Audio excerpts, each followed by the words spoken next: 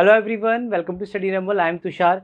And जैसा कि मैंने आपसे कहा था कि हम कोशिश करेंगे कि आपके जो प्रैक्टिस सेट्स हैं क्वांट्स प्रीवियस ईयर के, हम बोर्ड पे लेने की कोशिश करें। तो इसमें होगा क्या कि आपका जो क्वेश्चन होगा आपको बोर्ड के ऊपर यहाँ पे दिखेगा और फिर मैं आपको सॉल्यूशन बोर्ड के ऊपर कराऊंगा, ठीक है। तो चलिए देखते हैं फर्स्ट क्वेश्चन क्या आपका। तो देखिए फर्स्ट क्वेश्चन ये रहा आपकी स्क्रीन के ऊपर। तो देखिए फर्स्ट क्वेश्चन ये है आपका, मैं पढ़ देता हूँ। क्वेश्चन ये कह रहा है, if the length of a rectangle is increase by 40%, यानी जो लेंथ आपके रेक्टेंगल की 40% बढ़ा दी गई है, and the breadth is decrease by 20%, यानी जो ब्रेथ है वो 20% डिक्रीज कर दी गई है। आप लोग सोच रहे होंगे कि मैं बार बार इधर क्यों देख रहा हूँ, क्योंकि देखिए जो क्वेश्चन मेरे सामने स्क्रीन के ऊपर वो इधर ही है, ठीक है। तो मैं इधर देख के आपके लिए क्वेश्चन पढ़ूंगा, आप बाकी क्वेश्चन ऊपर देखना, ठीक है। तो देखिए मैंने आपसे बोला कि जो लेंथ है रेक्टेंगल की वो इंक्रीज करी गई 40% और जो ब्रेथ है वो डिक्रीज करी गई 20%। और इस सब में क्या होता है, जो आपका एरिया है ना रेक्टेंगल का वो x% से इंक्रीज हो गया है, ये आपसे बोला गया है। तो अब आपको क्वेश्चन में इस x की वैल्यू निकालनी है। यहाँ पर आपके ऑप्शंस होंगे, ठीक है, आप उनमें से टिक देख ही सकते हैं करेक्ट आंसर क्या होगा। वैसे तो उसमें लग रहा है क्योंकि प्रीवियस ईयर है तो कटआउट में आपको लगा हुआ ही दिखेगा भाई करेक्ट आंसर क्या है इसका। बाकी अगर आप कहेंगे तो मैं आप लोगों के लिए एक काम ये कर सकता हूँ इसी में ही, अगर आप कोई सजेशन लाइक अगर अच्छा लगता है मेरी तरफ से जो है, कि हम क्या करेंगे, जो आपके ऑप्शंस है ना खुद से टाइप करके लिख देंगे सो दैट आपको करेक्ट आंसर दिखे ना पहले से, ठीक है। बाकी अगर आपको ये तरीका अच्छा लग रहा है, वैसे तो हमने एक एक्सपेरिमेंट ही किया है कि भाई बोर्ड पे आपको सॉल्यूशन में लाइव वे में थोड़ा करा सकूँ। अगर आपको अच्छा लगता है ये तो आप बताइएगा कमेंट सेक्शन में इसके बारे में। सो देखिए अब क्या होगा इस क्वेश्चन का सॉल्यूशन। सो देखिए पहले जो आपकी लेंथ है, ये लेंथ ये आपकी कितनी बढ़ाई गई है, ये आपकी बढ़ाई गई है 40%, ठीक है। और जो आपकी ब्रेथ है ये आपकी डिक्रीज करी गई है, आपकी बढ़ी है, ऊपर की तरफ एरो माने बढ़ी है। और आपकी ब्रेथ है कितनी घटाई गई है 20%, ठीक है, कोई दिक्कत तो नहीं। अब देखिए होता क्या है जनरली, जब हमारे पास ऐसी कोई भी फिगर है या फिर ऐसी कोई भी चीज़ है जहाँ पे दो वेरिएबल हैं लाइक ए और बी, और एक घटता है और एक बढ़ता है, तो हम वहाँ पे क्या करते हैं, हम सक्सेसिव परसेंटेज का कॉन्सेप्ट यूज़ करते हैं, ठीक है। जैसे यहाँ पे देखिए लेंथ और ब्रेथ दो अलग अलग चीज़ है, दो ही चीज़ है। अब मान लें कल को आप सोचें, काफ़ी सारे बच्चे क्या कहते हैं कि ये जो तरीका है हम वॉल्यूम पे लगा सकते हैं, तो कि वॉल्यूम पे नहीं लगा सकते क्योंकि वॉल्यूम आपके 3 वेरिएबल होते हैं, हाइट भी होती है, ठीक है। तो इसलिए ये जो तरीका है एल एंड बी, यहाँ पे जैसे यहाँ पे आप देख पा रहे हैं दो ही वेरिएबल हैं, तो दो वेरिएबल्स हम क्या कर सकते हैं, सक्सेसिव परसेंटेज का मेथड लगा सकते हैं। हो सकता है शायद आपको अभी जो मैंने बात बोली समझ में ना आई हो, बट जो भी मैं लिखूंगा वो आपने पहले पढ़ा हुआ होगा, ठीक है। एक ये लोग पता नहीं क्यों यहाँ से इतना ट्रैफिक कर रहे हैं, हॉर्न में जा रहे हैं। सो देखिए आपने ये तो पढ़ाई होगा ना कि कभी भी अगर ए है और एक बी है और ए कुछ बढ़ते हैं परसेंटेज से, तो इनका फाइनल इंक्रीमेंट क्या होता है, A plus B plus A B upon में, ये तो पढ़ाई होगा ना। जो शायद मैंने बात बोली वो मानता हूँ समझ में ना आई हो, बट ये तो आपने कहीं ना कहीं पढ़ाई होगा ना, अगर आप प्रैक्टिस कर रहे हैं रेगुलर बेसिस पे तो आपने पढ़ा होगा। तो देखिए यहाँ पे ए क्या है, यहाँ पे अगर एक की जगह मैं एल रखता हूँ, बी की जगह वो ब्रेथ रखता हूँ, और बाकी विच साइन, भाई जितना बढ़ेगा तो पॉजिटिव, घटेगा तो नेगेटिव, ठीक है। अगर इसमें वैल्यू पुट करता हूँ तो आपका आंसर आपको मिल जाएगा। तो देखिए एक्चुअली अभी खाना खा लिया है, अब डकारें भी आ रही हैं एनीवेज देखिए ए की वैल्यू क्या है 40 प्लस, अच्छा देखिए बी तो कम हुआ है, नेगेटिव है, लेस हो रहा है, ये आपका घटा है ना, तो माइनस का 20। अब देखिए प्लस 40 इंटू माइनस का 20 अपॉन में 100, जीरो से जीरो जीरो कट जाएगा, यहाँ पे आएगा आपका माइनस का 8, यहाँ पे आ जाएगा माइनस का 20 और आपका 40, यानी ओवरऑल आपका देखेंगे तो ये 28 बनेगा और ये 40, तो क्या हो जाएगा 12% का इंक्रीमेंट हो जाएगा, यानी आपका जो x है उसकी वैल्यू क्या है 12 है, ठीक है। बात समझ भाई, फर्स्ट क्वेश्चन समझ में आ गया। देखिए मैं उम्मीद कर रहा हूँ कि मैं आपको जो भी बातें बोलता हूँ आप समझते होंगे प्रॉपरली, और अगर आपको देखिए कोई बात समझ में नहीं आती तो आप लिख सकते हैं उसके बारे में कमेंट सेक्शन में, ठीक है। चलिए नेक्स्ट क्वेश्चन की तरफ बढ़ते हैं, पहले इसको रब कर देते हैं। सो मैं उम्मीद कर रहा हूँ कि आप हर एक सॉल्यूशन का स्क्रीनशॉट भी लेते होंगे। सो चलिए अब नेक्स्ट क्वेश्चन पे चलते हैं। देखिए वैसे तो कोई फ़र्क नहीं, बट काफ़ी बच्चे ने लाइक मेरे को ऐसे मैसेज किया कि सर आप थोड़ा बोर्ड पे जब आके पढ़ाते हैं तो हमें ज़्यादा वो अच्छे से समझ में आता है, नहीं तो जो बात मैं यहाँ पे बता रहा हूँ वही बात मैं आपको नॉर्मल पेन टैब वाली वीडियो में बताता हूँ, लेक्चर्स में बताता हूँ। तो देखिए नेक्स्ट क्वेश्चन ये रहा आपकी स्क्रीन के ऊपर, देखिएगा क्वेश्चन ये है, a shopkeeper marks the price of the article in such a way that after allowing 28% discount he wants a gain of 12%. if the mark price is 224 rupees, the cost price of the article is। Question को मैं हिंदी में समझाता हूँ क्या कह रहा है। तो ये क्वेश्चन ये कह रहा है कि एक शॉपकीपर है, ठीक है।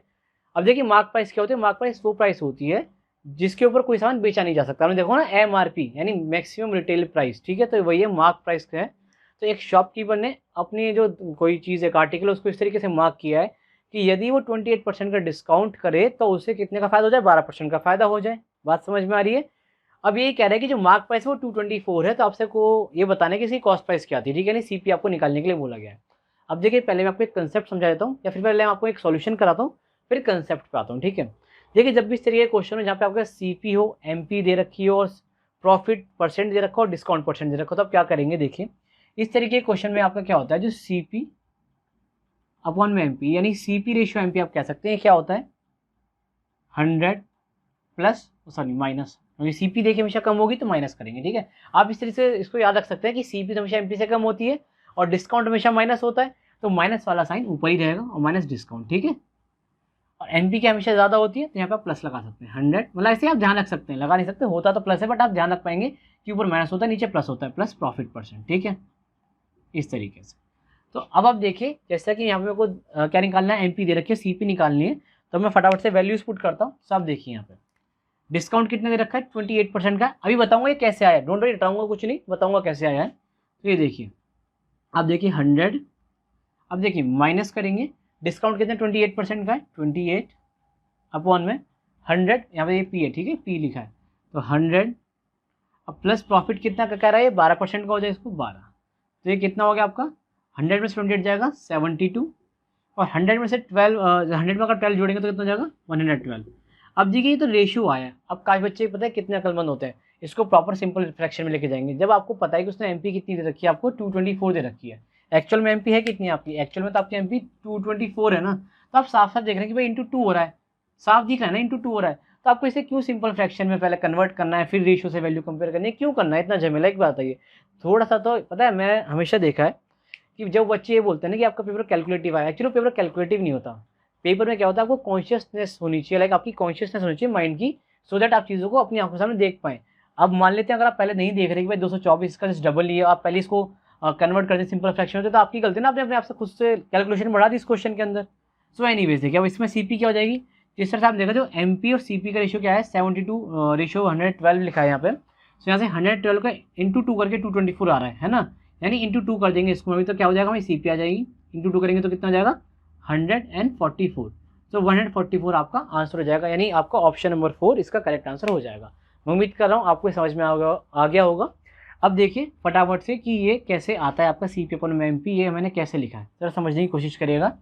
इसको रब कर दे रहा हूँ, एक बार स्क्रीनशॉट ले लीजिए, ठीक है। देखिए मैं पूरी कोशिश करता हूँ कि आपकी जो भी डिमांड्स होती हैं उनको मैं फुलफिल कर पाऊँ। लेकिन जैसे मेरे ख्याल से शायद 4 या 5 बच्चों ने कहा था जब मैंने फर्स्ट आपका प्रैक्टिस सेट डाला कि सर आप जब हमें लाइव पढ़ाते तो हमें ज़्यादा बेटर समझ में आता। तो देखिए आपने जैसे कहा कि मैंने एक जैसे ही आपने कहा तो मैंने अब ये बोर्ड पढ़ाना शुरू कर दिया। सो एनीवेज देखिए, सो देखिए आप समझते हो आया कैसे था हमारे पास, वो फॉर्मूला जो था कैसे आता है। देखिए यहाँ पे आप लिखिए एसपी। अब ये बात तो जानते हैं ना कि जब सीपी में प्रॉफिट या लॉस होता है तो एसपी मिलती है, और मार्क प्राइस पे जब डिस्काउंट होता है तो आपको क्या मिलती है, एसपी मिलती है, यानी सेलिंग प्राइस मिलती है, यानी सेलिंग प्राइस क्या होती है, वो प्राइस जिस पे हमने किसी सामान को बेचा है। तो यहाँ पे आप लिख लीजिए एमपी और यहाँ पे लिख लीजिए सीपी। बात क्लियर है, कोई दिक्कत तो नहीं है। अगर कोई चीज़ ना दिखे तो आप थोड़ा सा मेरा फिर हटने का इंतजार करिएगा, ऐसे घबराइएगा मत। ये सीपी मान लेते कितनी हमारी 100x है, ठीक है, और एमपी मान लेते हमारी कितनी 100y है। मैं उसी क्वेश्चन के डेटा को आपके सामने यहाँ लिख के लाइक करके समझा देता हूँ। जैसे उसने बोला था कि डिस्काउंट दिया गया था 28% का, तो यहाँ से आप डिस्काउंट देंगे 28% का, ठीक है, 28% का डिस्काउंट देंगे, तो आपको ये 100y पे जब 28% डिस्काउंट देंगे, 28 कम कर देंगे तो कितना हो जाएगा आपका ये 72y। बात क्लियर है।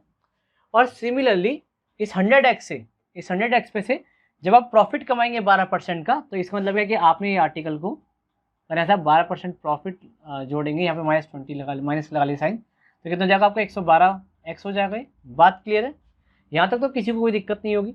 अब आप मुझे बस एक छोटी सी बात बताओ, बस छोटी सी बात पूछ रहा हूँ, यहाँ से भी आपको वही एसपी मिली जिससे आपने सामान बेचा है, यहाँ से भी आपको वही एसपी मिली जिससे आपने सामान बेचा है, तो मुझे बताइए अलग अलग कैसे हो गई, ये तो सेम होनी चाहिए थी। यानी मैं यहाँ से बोलूँगा कि जो मेरा 72y है ये मेरा बराबर होगा 112x के।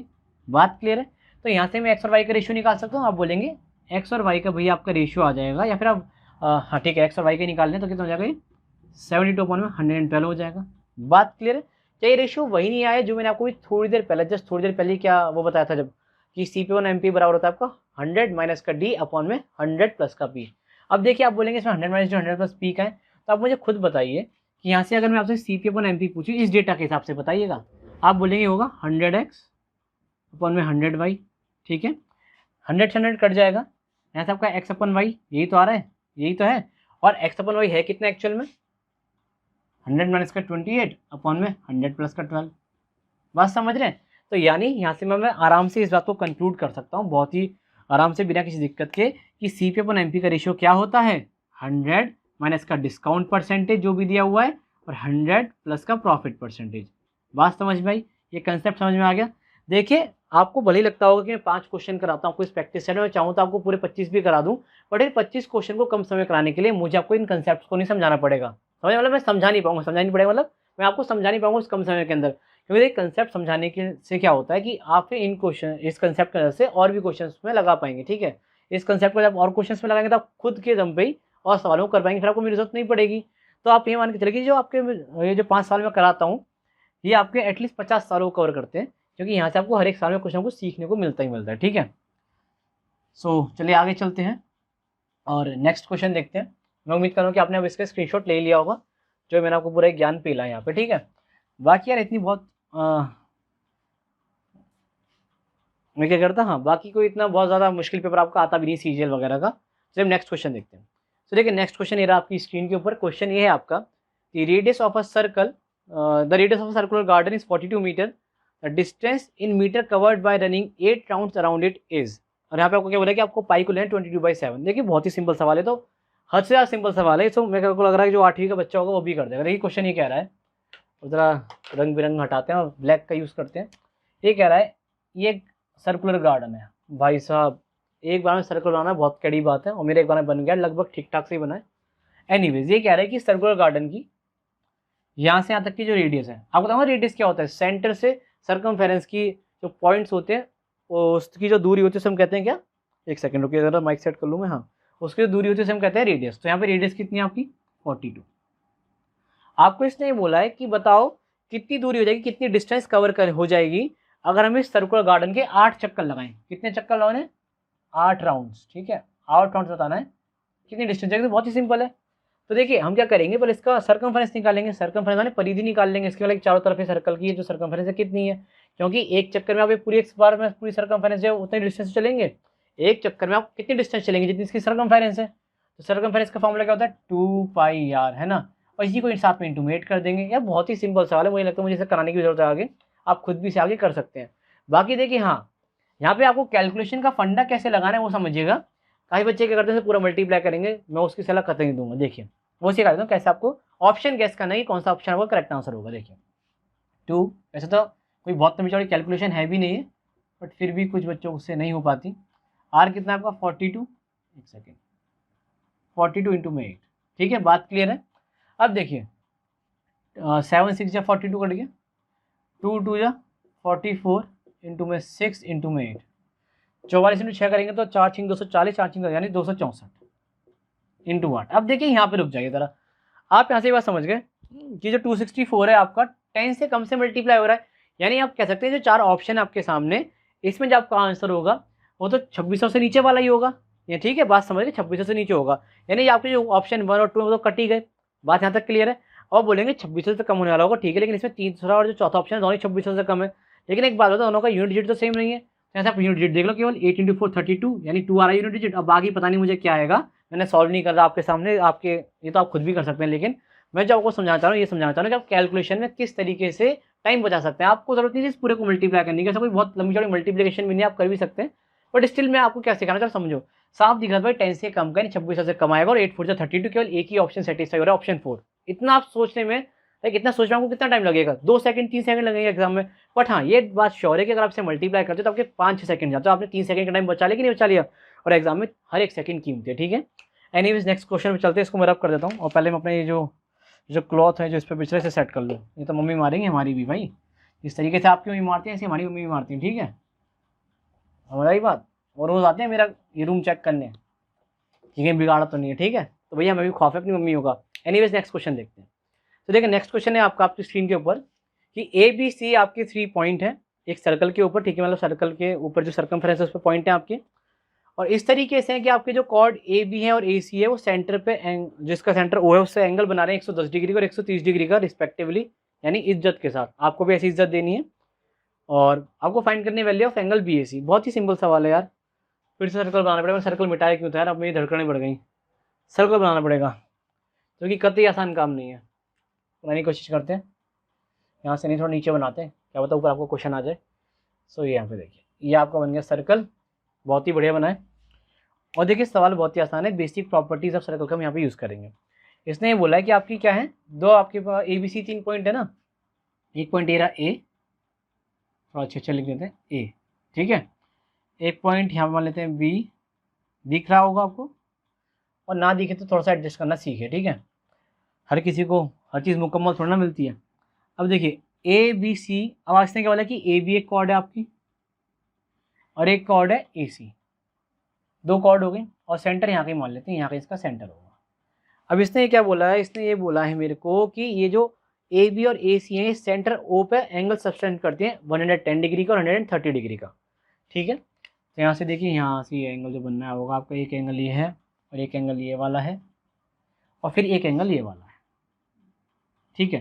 तो ये वाला एंगल होगा AB कितना बना रही है 110 डिग्री का, और ये वाला कितना है 130 डिग्री का, ठीक है। बात क्लियर है, यहाँ तक कोई डाउट तो नहीं है। कोई भी डाउट आता है तो आप लिखिएगा उसे कमेंट सेक्शन में, मैं हर बार आपसे कहता ही हूँ और बार बार मैं कहूँगा नहीं, ठीक है। अब देखिए आपको निकालना है ये वाला एंगल, तो कैसे निकलेगा, बहुत ही सरल है यार। ये आपको पता है पूरा 360 डिग्री बनता है, सेंटर में 360 डिग्री बनता है, तो 130 और 110 240, 360 में से घटा लेंगे कितना आएगा, 360 का पूरा होता है ना ये, तो ये बचा हुआ कितना पार्ट आ गया आपका, ये आ गया आपका 120 का, ठीक है। 120 बचा। अब आपको पता है, जैसे हम मान लेते हैं अगर ये मेरी BC पूरी एक कॉर्ड होती, लेटेस्ट से अगर ये BC एक कॉर्ड होती और ये BC कितना सब्सटेंड कर रही है, 100 सब्सटेंड कर रही है, 120 डिग्री का कर रही है, BC सब्सटेंड कर रही है 120 डिग्री का एंगल, तो बाकी और किसी पार्ट पे सर्कमफेरेंस पे अगर मैं इस BC से कोई एंगल बनाऊंगा तो 120 का हाफ बनेगा। आपने पढ़ा होगा ना कि angle subtended at any part of the circle is half of the angle subtended by the chord at the centre of the circle. पढ़ा ही नहीं पढ़ा भाई, 10th क्लास में 9th क्लास में सिखाते हैं बच्चों को, ये मत कहना नहीं पढ़ा है, क्योंकि काफ़ी सारे बच्चे क्या बोलते हैं हमने तो 10th के बाद भी मैथ्स पढ़ी नहीं, तो भैया 12वीं से पहले की मैथ है, ठीक है, मतलब 10th की ही मैथ है। सो एनीवेज ये कितना जाएगा, वो 60 डिग्री आंसर हो तो क्या सवाल, फिर क्या दिक्कत थी। ऑप्शन 3 आपका करेक्ट आंसर है, बहुत ही सिंपल सवाल था। एक तो मैं खुद गोल गोल घूम रहा हूँ आज माइक के तार के चक्कर में। एनीवेज आपका सवाल हो गया, इसे मिटाते हैं और अगला सवाल देखते हैं, ठीक है। आज तो कुछ ज़्यादा कार्टूनपंती हो रही है ना यार, मुझे भी लग रहा है हो रही है, थोड़ी कम होनी चाहिए थी। एनीवेज देखिए नेक्स्ट क्वेश्चन क्या आपका, ये रहा आपकी स्क्रीन के ऊपर आपको दिख रहा होगा। ABC can individually complete a piece of work in 24 days 15 days and 12 days, यानी 3 जन है, A है, B है, C है, ये किसी काम को 24, 15 और 12 दिनों में करते हैं। फिर आपसे ये बोला गया है कि B और C इस काम को शुरू करते हैं और 3 दिन बाद छोड़ के चले गए। ये कुछ ऐसा है कि अगर आपकी मम्मी और आपने लाइक आपका कोई भाई वगैरह तो उससे बोला हो कि तुम दोनों मिलकर पानी की बोतलें बनना, और आप दोनों ने सहमति जताई कि भाई चल ठीक है बराबर बराबर भरेंगे। मान लेते घर में 10 बोतलें, तो आपका भाई क्या करता है कि 2 बोतलें भर के बाकी की 3 आपके जिम में छोड़ के चला जाता है। तो ये कुछ वैसे ही काम है कि B और C काम करके 3 दिन लाइक 3 दिन काम करके छोड़ के चले गए। तो आपसे ये पूछा कि the number of days required by A alone to complete the remaining work, यानी A को बाकी बचा हुआ काम करने में कितना टाइम लगेगा आपसे पूछ रहा है। तो देखिए कैसे करेंगे इस क्वेश्चन का, बहुत ही ईजी क्वेश्चन है। कुछ लोग इसमें बिना सोचे समझे LCM मेथड लगाएंगे, और लगाने तो कोई दिक्कत भी नहीं है, बहुत बड़ा लाइक ऐसा सवाल नहीं है जिसमें मैं आपको मना कर दूँ लगाने के लिए।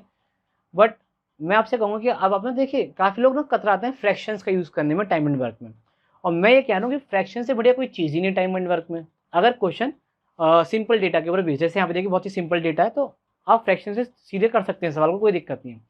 तो पहले मैं आपको LCM से समझा रहा हूँ, फिर मैं आपको फ्रैक्शन से समझाऊंगा, और जो भी आपको बेटर लगे एग्जाम में आप उससे जा सकते हैं फिर, ठीक है। बाकी देखिए आजकल सवाल कुछ ऐसे आ रहे कि फ्रैक्शन से आपको ज़्यादा ईजी पड़ेगा क्वेश्चन करना, ठीक है। तो देखिए कैसे LCM से देखते हैं। पहले भाई 3 जने हैं A, B और C, ये A है, ये आपका B है और ये C है। ये 24 दिन लगाता है, 24 ही ले रहा है ना, ये एक बार कंफर्म कर लूँ, हाँ बिल्कुल। ये 15 दिन लगा रहा है और ये आपका 12 दिन लगा रहा है। इनका LCM लेंगे 120 आ जाएगा, 120 LCM आएगा, ठीक है। फिर अब क्या करेंगे आपको बताइए भाई, B प्लस C ने 3 दिन काम किया है, तो B प्लस C का पहले निकालते हैं, एक दिन का काम कितना होगा, यहाँ से एफिशिएंसी आ जाएगी, यहाँ पे एफिशिएंसी लिखेंगे हम, तो कितने आएगी 24 पंजे 120, 15 अट्ठे 120 और 12 ढाई 120, ठीक है, ये 10। तो आप समझ जाएंगे भाई B और C ने जो काम किया है आपका 10 और 8 18 काम किया है, 3 दिन तक काम किया है, यानी 54 काम किया है। काम बच कितना गया आपका, तो काम बच गया 66, जिसको आप 5 से डिवाइड करेंगे तो आपका आंसर कितना आ जाएगा। ये A का निकालें हम, A को कितने दिन फालतू लगेंगे, तो आपका आंसर आ जाएगा यहाँ से 13 सही 1/5। बात क्लियर है। कोई डाउट तो नहीं है? 13 ही आएगा ना? हाँ ठीक है, 13 पंजे 65, तो 13 से 1/5 आपका आंसर आ गया। अब देखिए ये तो हो गया आपका एलसीएम मेथड जिसमें आपको एलसीएम लेना पड़ा। और देखिए ये तो गनीमत मानी कि यहाँ पे 24, 15, 12 है। कल को नंबर ऐसे भी आ सकते हैं, इनका एलसीएम लेना आपको थोड़ी दिक्कत है। देखिए 48, 36 इस तरीके के नंबर आ जाए, फिर आप कैसे करेंगे? ज़रा सोचिएगा इस बात को भी, मेरी बात को गौर करिएगा कि फिर आपको एलसीएम लेने में दिक्कत आएगी। तो यहाँ पे मैं कह रहा हूँ जब इस तरीके की चीज़ें होती हैं, यहाँ पे कुछ लोग कुछ दिन काम करके छोड़ के चले गए, तो उस वहाँ पे आप क्या कर सकते हैं? फ्रैक्शन लगा सकते हैं। ठीक है, अब मैं आपको फ्रैक्शन समझा रहा हूँ, ये तो मैंने आपको एलसीएम समझा दिया, ये एलसीएम मेथड था। अब मैं इसे फ्रैक्शन समझाता हूँ और समझिएगा, तो ये फ्रैक्शन कोई बुरी चीज़ नहीं है। आप बच्चों ने अगर कभी परसेंटेज पढ़ा होगा कहीं पे भी, मैं ये नहीं कह रहा मेरे से पढ़ाओ, मैंने तो कभी पढ़ाया भी नहीं है। और जब मैं पढ़ाऊंगा तो आप देखिएगा मेरे तो बहुत तरीके भी अलग अलग हैं परसेंटेज पढ़ाने के। यार मैं खुद जब सवाल करता हूँ तो बहुत अलग तरीके से करता हूँ। बाकी अगर आपने कहीं और भी पढ़ा होगा परसेंटेज, तो आप देखते होंगे, आपने वो पढ़े होंगे ना 25% कितना फ्रैक्शन होता है, या फिर 20% कितना फ्रैक्शन होता है, ऐसा आपने पढ़ा होगा। तो हम कुछ उस तरीके से काम करेंगे। देखिए कोई भी काम आपका 100% ही होता है, कोई भी चीज़ पहले 100% ही रहेगी ना भाई। 100 में कोई 20% करेगा, कोई 30% करेगा, ये सब आपको पता है कि नहीं पता? कंसेप्ट पता होगा, मैं उम्मीद कर रहा हूँ। सो देखिए इसने क्या बोला कि ए बी सी को दिन कितने लगते हैं, ये क्यों मिटाया था मैंने? ये तो लिखा नहीं दे सकते थे हम कि ए को लग रहे हैं आपके 24 दिन, बी को लग रहे हैं आपके 15 दिन, और सी को लगते हैं 12 दिन। इन दोनों ही जनों ने कितना काम किया? 3 दिन काम किया है। तो 3 दिन का मतलब है भाई 3/15 काम कर रहा होगा, और ये 3 दिन में 3/12 काम कर रहा होगा, यानी 1/4 काम कर रहा होगा, और ये आपका 1/5 काम कर रहा होगा, यानी 20% काम करके गया है। अब ये तो मैं लिख रहा हूँ 20%, आपके दिमाग में अपना होना चाहिए कि भाई 1/5 यानी 20%, 1/4 यानी 25%, यानी इन दोनों ने काम कितना किया है? 45%। काम बच गया आपका 55%। अब 24 दिनों में ये आपका 100% काम कर सकता है, इससे हमें इससे केवल 55% काम करवाना है। तो आप कैसे करेंगे? देखिए बहुत ही सिंपल है। तो क्या करेंगे बताइए ज़रा? 24/100 इंटू में 55, यहाँ पे आप काट लेंगे, तो काटना कोई बड़ी चीज़ नहीं आप लोगों के लिए, काट ही सकते हैं आप। ठीक है, कुछ गलती हो रही हो तो अपने आप देख लीजिएगा। अब हर चीज़ हम थोड़ा ना करेंगे, आप भी तो कुछ करेंगे कि नहीं करेंगे? ये 6, ये 5, 66/5 फिर से देख, अरे यार 66/5 फिर से भी डाटा आ गया, साफ साफ लिख देता हूँ, यानी 13 से 1/5। अब देखिए अपने अपने सोचने के ऊपर आते हैं। मैं इस तरीके से बहुत ही जल्दी सोच पाता हूँ। मैं तो मतलब मैं आपको सच बता रहा हूँ, जब मैंने क्वेश्चन पढ़ा, प्रीवियस ईयर का ही था, मैंने जैसे जैसे मैं क्वेश्चन पढ़ता चला गया, जैसे मैंने देखा था कि बी और सी ने 3 दिन तक काम किया है, मैंने वहीं पे ही ये बात मेरे तुरंत दिमाग में आ गई, भाई 3/15, 3/12 यानी 25 और 20% 45% काम कर चुके हैं। ये क्वेश्चन पूरा पढ़ने से पहले ही मेरे दिमाग में बात आ गई थी, भाई 45% काम कर चुके हैं। ठीक है, ये 45% है, डिग्री नहीं है। ठीक है, ठीक है, तो आप समझ रहे हैं कि अगर आपको फ्रैक्शन से लाइक आपको लग रहा है कि आप कर सकते हैं, या आपकी स्पीड है, या आपको कंसेप्ट पता है फ्रैक्शन का, तो आप इस तरीके के क्वेश्चन फ्रैक्शन से भी जा सकते हैं, बशर्ते एलसीएम के जाने के। क्योंकि कई बार एलसीएम लेना बहुत मुश्किल पड़ जाता है, वैल्यूज ऐसी आ जाती हैं, बहुत बड़ी बड़ी वैल्यूज होती हैं जिनका आप एलसीएम लेना आपके लाइक संभव नहीं है। आपके लिए लाइक 39 हो, 49 हो, या फिर 36 हो, 38 हो, लाइक इस तरीके की जो वैल्यूज हैं, इतने बड़े बड़े नंबर्स होंगे तो आपको एलसीएम लेने में दिक्कत होगी। तो ये थे हमारे आज के 5 क्वेश्चन। हर एक क्वेश्चन के साथ मैंने आपको कुछ बात सिखाने की कोशिश करी है, और आज पहली बार इस तरीके से पूरा बोर्ड पे मैंने लाइक रिकॉर्ड करने की कोशिश करी आपके लिए प्रैक्टिस सेट। तो हो सकता है बीच में एक आध जगह थोड़ी बहुत पागलपंती हो गई हो, गलती हो गई हो, बोलने में कुछ गलत निकल गया हो, तो उसको आप इग्नोर करिएगा। और बाकी अगर आपको सेशन अच्छा लगा है, कुछ आपने नया सीखा है यहाँ से, तो इसको लाइक करिएगा, शेयर करिएगा अपने दोस्तों के साथ। मिलते हैं अगले सेशन में, बाय बाय, टेक केयर। और अगर चैनल पहली बार आए हैं तो इसको सब्सक्राइब कर लीजिए। और अगर आप डेली क्विज में पार्टिसिपेट करना चाहते हैं तो आप ज्वाइन कर सकते हैं टेलीग्राम चैनल, जहाँ पर आपको हम रेगुलर बेसिस पे मल्टीपल पीडीएफ्स और भी जो चीज़ें प्रोवाइड कराते हैं, जिससे आपकी जो प्रिपरेशन है वो बूस्ट होती है। ओके, चलिए बाय बाय, टेक केयर, ध्यान रखिएगा अपना।